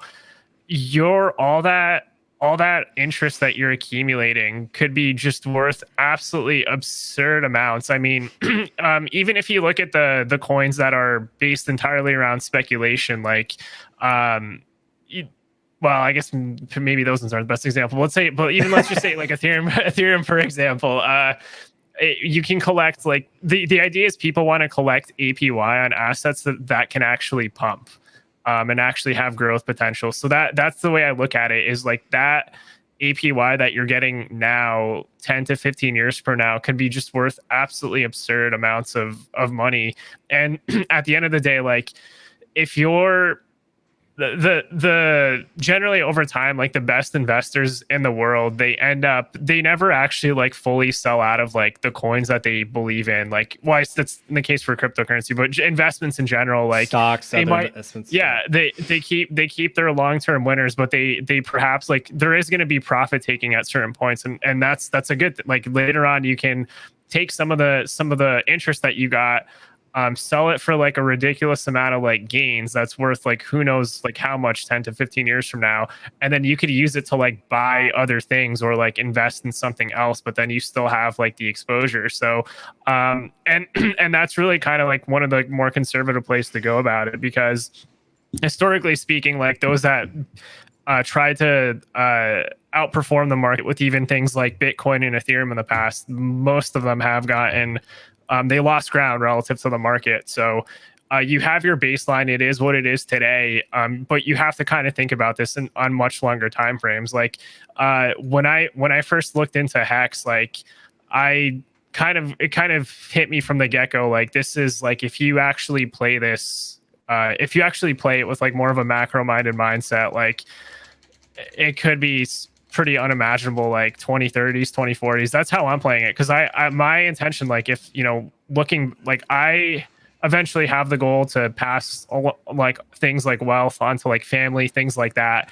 And like, what a great way to do it on like just a decentralized network. I mean, it's incredible. So it's a good opportunity. Just I just don't get too caught up on short-term price moves, because it doesn't matter. And it doesn't matter if you're staking too. It really does not. These short-term price moves really don't matter. Yeah, I mean, but we're trying to Hex is basically like rehab for crypto. Like, we're trying to tell you guys that the only way that people make money in crypto is through holding, right? Founders of coins, founders of exchanges, and hodling for the long term. So we're making a coin that we've made. It's already exists right now. You can buy a coin that pays you to hodl, because that's the only way that anyone gets money. How many people do you know that are actually rich traders that aren't selling a trading course? You don't. And if you do, ask them to show you their trades. How many people are going to publish their trades for you? Almost none of them, right? The people that really get in early and really hold for the long term are the only people that get rich in crypto, right? That's how you play the game. So we need to steer your behavior away from the short-term mentality of trading and trying to time the tops and bottoms, staying up till 4 a.m, trying to look at a 4-hour chart, or a 15-minute chart, and all these crazy calculations, because we've wasted the time, and there's a better way. There's a much better way. So yeah, you can go be productive for adoption, everything, right? Like, Yeah, you can all make right. videos, you can do streams like we're doing. Coffee's literally rebuilt the entire hex.com website with Crypto Night Trader, right? Yeah, and Yeah, I got a rush today. Richard Hart said he actually is going to merge it, so I'm very excited. That's awesome. And that's cool, right? So like, he can now see all his hard work come to fruition. He put countless hours into it. Crypto Night Trader put countless hours into it. And now they get to actually see that come on. So that's something they'll always have a feather in their cap. Like, hey, look, hex.com, at who knows, 1, 2, 5 years down the road, when we're like the #1 cryptocurrency, it's like, I actually built the reiteration to that website, and it'll be a cool feather in his cap. And he was able to do that because his time wasn't locked into looking at his screen, trying to trade tops, trying to buy the bottoms, and just wasting his capital of time. Like, it freed him up to go do that and do other projects and build out his business and build out himself as an influencer and a person, and just become an overall well-rounded, better individual that offers more to society than some dude sitting there eating fucking Doritos and chugging Mountain Dew, staring at charts. Like, that's useless. Not only is that bad for your health, but you offer zero to society. If anything, like Coffee said, you're probably doing a course or doing videos that you're just wrecking a bunch of other Dorito eating, Mountain Dew chugging plebs that are sitting in front of a screen all day. You don't offer anything to society. Sorry if that's you, but you might need a little kick in the ass to kind of switch up what you're doing, because it's just not good for you or anyone else. I mean, what do you got against Baja Blast, man? I love Baja Blast, and I don't even like so, but Baja Blast is good. Well, other than that, I mean, right, and it goes for everybody on the stream too. Like, our time is freed up, so we can actually do productive shit. And I would like to hope that this stream is productive for some people. Hopefully, you're learning something new. Maybe you learned that Uniswap V3 is going to have scaling solutions. That's good for hacks and all that. But it's just fun. I started this channel, and now I'm having fun with it. Like, I honed my web development skills. I brushed up on them, and I kind of helped make a new Hex website. I'm honing my social media advertising skills, my marketing skills. I'm running ads, making websites. I can make anybody here a website if you guys want to work together. But we can just do whatever's fun, and so that's what Hex allows you to do. If you have a separate channel, it doesn't even have to be about crypto. You can just go promote a travel blog. Are you a digital nomad that's traveling the world? You can just take pictures in every cool spot you go to, and then show hacks for 10 minutes at the end of the video, or 30 seconds at the end of the video, because that what you're giving to somebody is not going to take advantage of them, right? So you're giving somebody like this long-term gift. It's going to be with them their whole life. So I mean, I think it's pretty cool. It's really the only thing that I could get behind and really sell myself on. I can't sell myself. I don't know. I don't want to talk shit about coins. I'm not going to be the IOTA guy, right? I'm not going to be the IOTA shill because I would know in the back of my mind that deep down I'm harming people because they're going to get this kind of thing. So Right. And that's what a lot of these guys are waiting for, right? Like a lot of these bags that they've been sitting on, like they're literally just hoping and praying the day that comes along that they get a Doge pump or something where they can finally offload their bags. Like, oh, thank God, fucking so and so from TikTok just made a new Doge video. Thank God we got a 7x. Dump the shit, and then they're out, right? And they're no longer invested. They moved on, and they were just praying for that day it happens. A lot of time that doesn't even come along and they just stay wrecked or they wreck someone else. So it's literally just waiting to offload it onto someone else. This just keeps you invested long term, keeps a healthier mindset. Like Coffee said, travel the world, do what you want, make a cool travel vlog. I know Ryan's out there traveling. I know Silver the Antidote is a crypto nomad, and you can literally do a quick thing at the end, just like, hey, by the way, guys, like, I've been invested in Hex. It's a certificate of deposit on the blockchain, and I made $300 in interest today doing nothing, traveling to freaking Bogota, Colombia, or climbing Mount Fuji or whatever, and just like, oh, that's cool. Check staker real quick. I made $300 today, and I didn't do anything, guys. I paid for my dinner, paid for my hotel, and it's awesome. And you just end it there and just let them do the rest on their own. I mean, internet lurkers, right? So that's how people get rich. There was a guy, John Bogle. I think his name was John Bogle, one of the best investors of all time. Strategy was literally, he wrote a book about it. It was called Buy Everything and Hold It Forever, right? Sounds like Monopoly. That's how you win. And the idea is that you never actually have to completely sell your bag of Hex, right? If everything goes according to plan, you can skim the interest off the top, because let's be honest, we're not gonna lie and say never sell. Like, you're gonna have to convert something into fiat to pay for your whatever government jurisdiction you're in and to pay for your lifestyle. But if you restake the principal and take the interest off the top and do a staking ladder, which I think we're all doing. I mean, it'd be kind of foolish if you're not doing a staking ladder. That's the way to do it, right? This could be a thing that you just do for the rest of your life, right? That just goes on forever. So I really do believe that, which it's a crazy idea, but right, only the crazy ideas are the ones that actually have impact, right? Yeah, and it's hard. It's hard to wrap your mind around it this early on, right? Like we had that trouble with the rat brain and sending ourselves out even 1 year, let alone 5 years, 10 years, 15 years out in the future. And then on top of that, add the cryptocurrency space where everything is sped up. Everything is much more volatile. It's very hard for us as individuals, even OG hexicans, to really see out to that long term, because even OG hexicans are like, man, I need that price pump and I need that price pump. And then you just like, why? Like, why? Like, how much of your bag is really liquid? Like, most people only have a couple % of their bag even liquid. So, like, why do you need that price pump? Go do something productive. Go look at like Coffee's video with the referral links. Go modify your links. Go figure out creative ways to go set them up. I know I was supposed to last week. I was going to set up my TikTok channel. I didn't get around to it, so that's going to be this weekend's project. I have a couple ideas for videos, and then so TikTok's going to be my next endeavor. Go be creative. I know Franklin was talking about some stuff I won't mention on air, but people out there are coming up with new innovative ideas. Go be creative. Go promote yourself. Go promote Hex, and you're staked. Enjoy it. Just stake. Do what you'd like to do, and the profits and gains will come. You just have to be patient. You are, as funny as it is, you are invested in a very interesting certificate of deposit. It's time locked. You got it. Patience is the name of the game. That's all it is. Yeah. And shout out to Sam Halligan and Crypto Nomad on TikTok. You guys are getting on TikTok. Oh, TikTok, yeah. TikTok, and what do you guys think about TikTok, huh? It's like a boomer now. I feel like it's huge. I'm aping in. I'm gonna do all kinds of cringy ass videos. Just cringe. Like, bro, there's a lot of this stuff right here. You guys, as you can see, the price of this coin is this right here. And they always do the finger thing, like, and now it's here. Like, actually, because I want to make TikTok videos. How do you get it so that the phone is in the background and you're like pointing at your phone? Like, how do you? there's ways to record stuff on there, then add stuff onto there. I have to look. My brother's doing it. He actually has a lot of followers actually on TikTok. She's gonna show me the ropes how to do it, and I'll be more than happy to show you guys. But basically, if you guys, anytime any TikToker makes a cringe TikTok when it comes to crypto, jump in the comments and make your own video in the comments.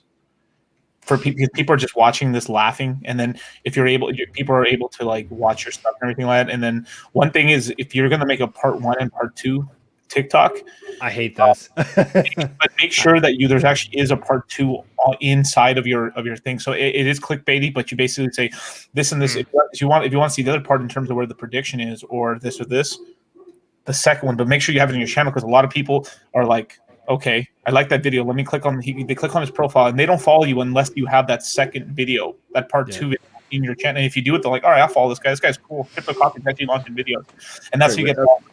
So I got to learn all about this. Like a new world to me. So you can post a video in someone's comment. Yes. So that's the way that you get people to cross over and like go down your rabbit hole. Yeah, pretty much. And just be really, because like these guys. I love you Zoomers, man, but y'all retarded. I gotta use hard R. I'll refrain from saying anything. Let's not alienate him too hard. I mean, it is bad, bro. It is. Do you want to know something that's crazy? No, and BitBoy, you know BitBoy, right? I've seen him on Twitter. That's about it. He has over 1 million TikTok followers. He's the biggest crypto YouTube. He's the biggest guy in crypto. He's the biggest crypto TikToker. He's also the biggest crypto boomer, pretty much. He won, bro. Oh, is he actually a boomer? I thought he was a Gen X dude. But, yeah. No, he's got gray hair and stuff or something. But like, he's probably in his late 40s, if I had to guess. Yeah, So, I think. I mean, he can figure it out. Shit. Yeah. Actually, Joe, you can't just hit him with hex right. You can't hit people with hex right away. You can't. Yeah. You have. This is how you do it. You answer their questions. It's like, you guys, no, jump into Ethereum, jump into this, jump into that. Because here's a problem that a lot of people are having trouble with when they're shilling their coins, is that their coins typically are not on the major exchanges. This is why like the Doge pump worked really well, is because Doge is on Robinhood. It's on Robinhood. Yep. So that's why, like, I've been speculating on buying Litecoin. I still am. Yeah. And because Litecoin is the second cheapest thing on Robinhood. Yep. Yeah. Damn, actually, that's a legit point. Unfortunately, like I wish that wasn't true, but that might just be enough to make people ape in. It's very true. Pump up enough, then they're like, "Yo, there's more coins out here." They'll sell their Robinhood money, and then put it in the real world. And then from there, once they're in Ethereum, once they buy Ethereum in the real world off of Robinhood, which will give us another pump, then they'll pump their money into the RC20 tokens. And then this is where I'm gonna do videos like, you guys, hey, this is Uniswap.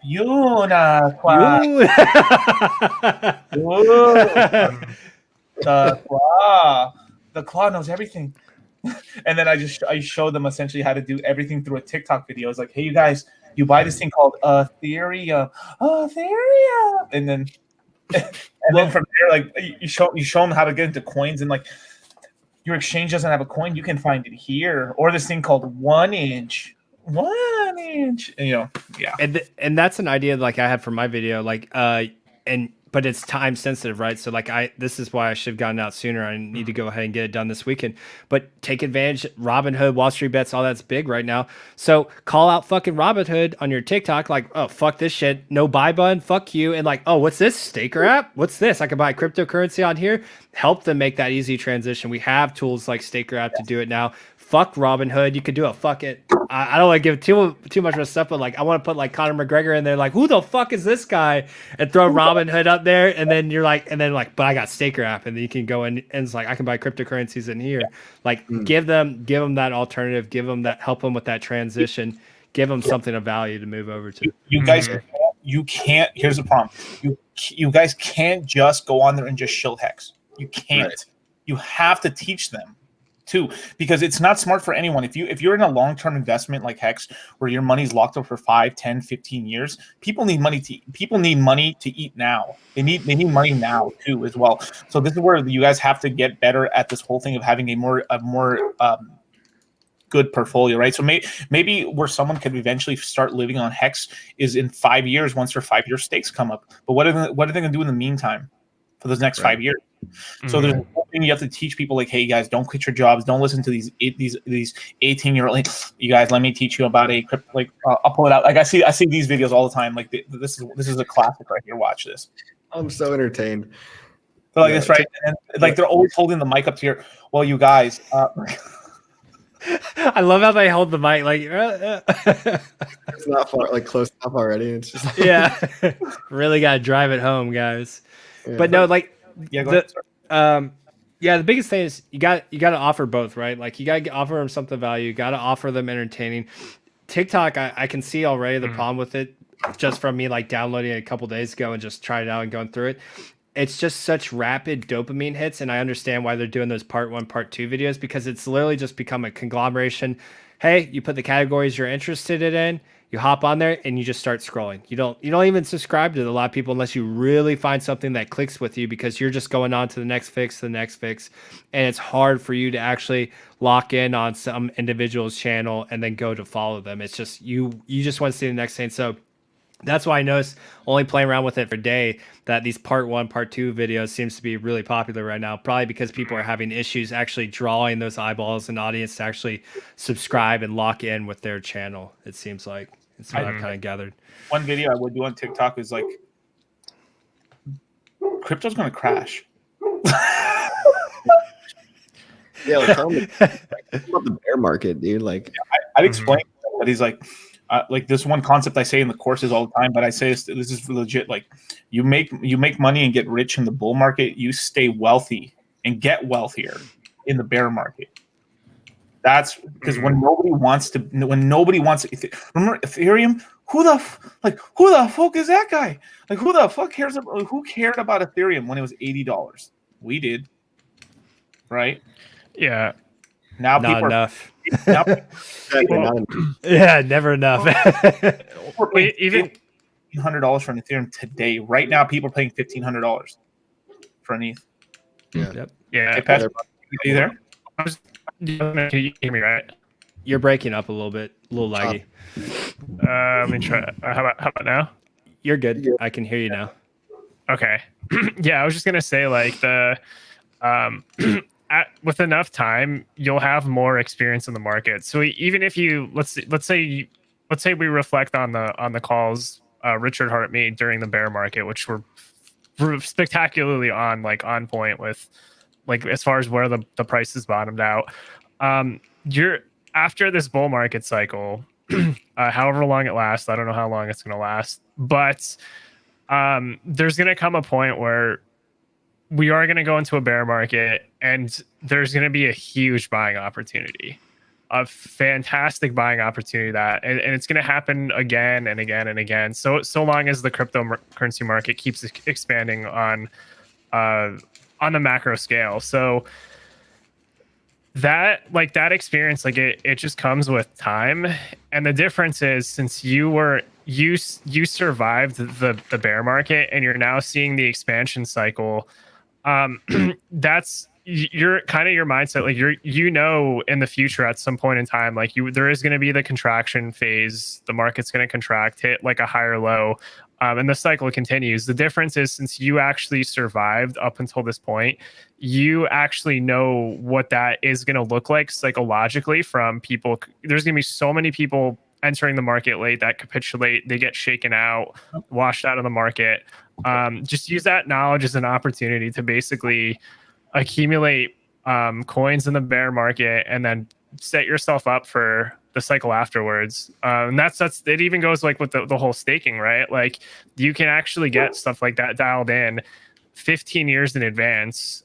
So you just kind of have to look at the big picture and where all this stuff is heading. Like, cryptocurrency, the best plays are going to take over a lot of, like, the world's economic mass. Like, it is going to become a fairly recognized market. It's going to keep gaining economic mass, and the best plays in this market are going to keep growing over time. Like, Ethereum is going to be if you look 10 to 15 years from now, like the amount of value that's going to be captured on Ethereum is going to be, it's just going to be multi-trillion. It could be even tens of trillions. Like it's insane just how high this stuff can go. And the demographics are perfect. Like we're going into a digital economy. It's so don't let your emotions basically don't have your emotions basically have you do irrational things, because there's an opportunity cost for that. And like, and you get into this basically loop where you're emotionally reacting over and over again instead of basically just looking at where things are going, like big picture. So best investors on the planet, they have a much higher emotional IQ than most people. Like they understand that human psychology, and that's why they're going to be very successful with enough time. So the buy and never sell your best holds, like goddamn, does it work fantastic. It's super simple, and that's all you have to do. Yeah.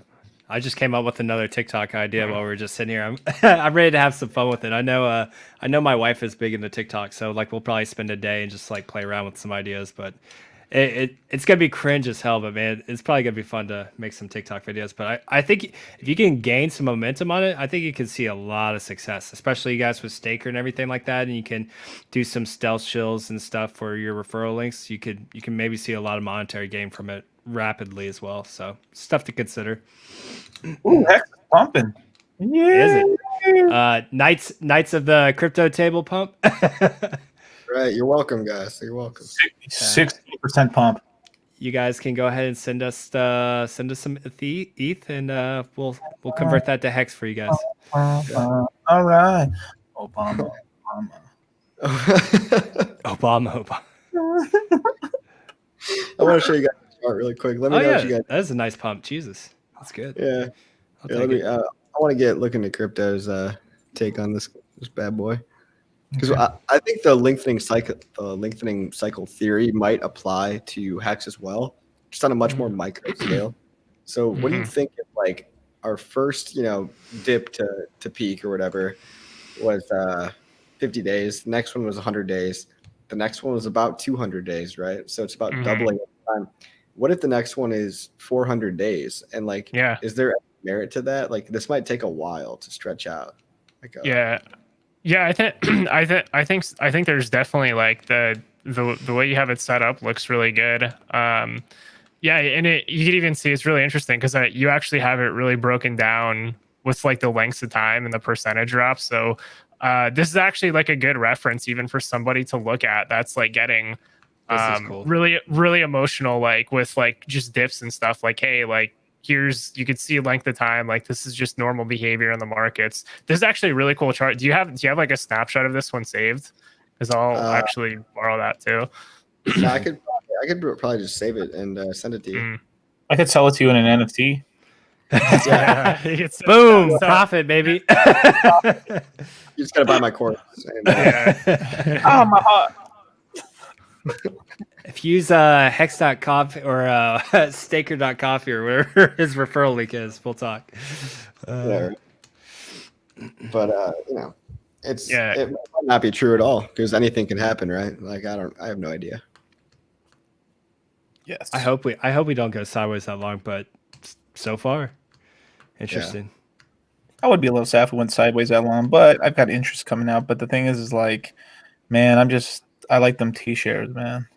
Yeah, I actually really do think it's gonna pull up sometime, either Q1 or Q2. I really do think it is because even the 400 days that could actually be possibly even the combination of like the next expansion wave and then higher low, and so on. So that could also be a possibility as well. But overall, I think either way, it still gets like the point across like pretty well, and that's what a lot of people in like the Hex Trading Telegram really should be paying attention to. Is just here's what the trend is so far. That's just how it is. But if you don't already have your coins, or if you're not staked, you're probably gonna miss it. Yep. Just saying, you're gonna be buying at like 5 to 10 times higher. So. Moves quick. I hope you guys bought that dip. Yeah, because I mean, we were at like 0.007 like not that long ago, and we're already approaching 0.009 again. So this might be it. You don't know. Yeah, can you definitely screenshot that coffee? I actually really do like what you've done and how you mapped it up. It'll be up on OpenSea in a bit. Yeah. I'm not buying it. Why? Why don't you? Well, what? This is not fair, Motley. You should be supporting artists like Crypto Coffee for the culture. He front ran my video today, so it's the least he can do. I'll take that. I'll take a screenshot. Can I get a dub?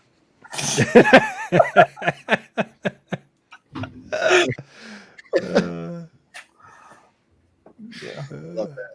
Yes, you can. Hexagon. Watch, we're at $0.015 tomorrow. Yuck.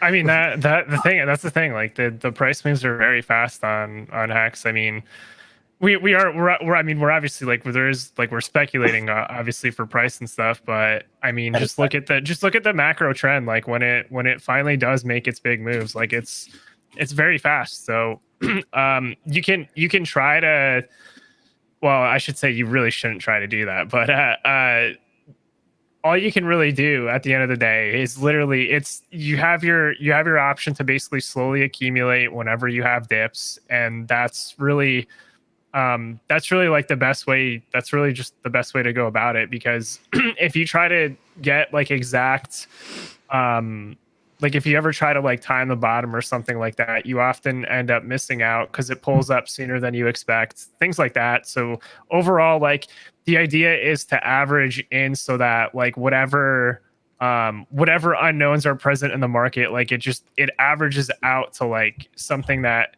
ends up giving you huge like opportunity later on for serious gains. So I mean, even if you look at the percent drops, like for example, there was as Crypto Coffee showed, there was initially an 80% drop, a 72% drop, a 66% drop, and so on. So you can actually use that information to basically use that as a reference as to when you can dollar cost average at lower levels of risk, because you can see after it made those big contractions, it had another price spike. So generally, if you're buying in at like those levels, you're buying in at lower levels of risk. But all you can really do is use the previous. All you can really do is analyze charts in hindsight. There is no, and that's really all it is. Like you look at the chart in hindsight, you just accumulate, and then at some point the market makes its move and then goes to a new all-time high.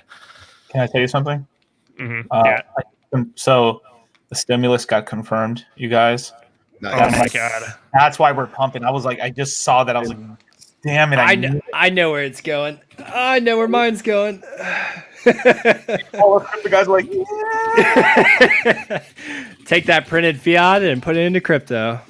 I was wondering why ETH was going up to like, and that's hella funny. People are probably aping in $1,400 as we speak. When are they coming out? Any idea? Any Probably out in a week or two, and then they'll deliver like card or check, probably, or direct deposit, whatever the hell it is. I mean, they did direct deposit on my last one, so yeah. see. I love all the memes that were like, the only thing that's changed is that Biden is now the guy that owes me $2,000. That owns what? That owes me $2,000. Oh yeah. Yeah, the Senate, it won in the Senate or whatever, and not one Republican senator voted for it. But the Democrats control the I think it's the Senate, so they won it. So, ew. Let's go. At $1,400, I mean, shoot. I'm just happy because that money flows into crypto, which is beautiful, and I hold crypto. Yes. And that's beautiful too, because then that means every hexagon will probably go like, "Yo, I'll buy $700 of ETH, and like $700 of hex," and then the hex price goes. How's it go? You guys got that? Go ahead and cut that one out. Man, dude. Yeah, exciting times. Print that money, burr. Yeah, I think we got till the end of the year on this bull market, guys. I think we got a long Yeah. way. Oh You yeah. could- I mean, a lot of people speculate we're not going to really kick off until 2022. Like, Oh my God, sir, please, if that happens, this could be potentially nothing. Like, this could be just like getting everyone's like toes warm, and then like you could just see something stupid at 2022. if this bull market still turn around in 22, we are so damn rich. Yeah. It's gonna get ridiculous. If I mean, it's- we're all if gonna we're- have to get. I won't even have glasses. I have monocles. I have 2 monocles. That's how much money I'll have. You'll have people. You'll pay people to hold your monocles in front of you. Beatrice, can you get my reading monocle? Now hold it for me. It's actually the cleaning lady that I've used, Beatrice. Beatrice. Shout out to Beatrice. In real life. Beatrice. Yeah, it'll be pretty exciting times if we're just kicking off in 2022 still. Like if we're still going. Because if this all the bull market has to do with last another year, just the amount of interest you can collect on your cryptos and interest payments is insane. Because like if damn, someone's typing furious. Fucking Richard Hart Jr. over there. But one interesting fact that I've seen on most cryptocurrencies, at least the ones on Ethereum, on the Ethereum side, is most of the inflation on the tokens on Ethereum looks like most of them, the inflation's pretty low by Q3 of 2022. And almost non-existent. So a lot of most cryptocurrencies right now are actually paying APY through inflation for the most part, high inflation, and that APY starts going down quite a lot end of next year.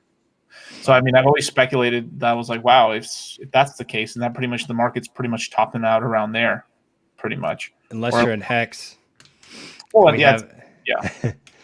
But no, looking to crypto, I was talking about it earlier. Like you don't really realize how much that APY is gonna, how much money that's really making you right now. Like when you start throwing in the price appreciation with your 40% APY, like it's gonna, those numbers are gonna get stupid. So like 1 million hex staked, and you keep your share rate, whatever it is, and that means you're earning like 400K hex a year.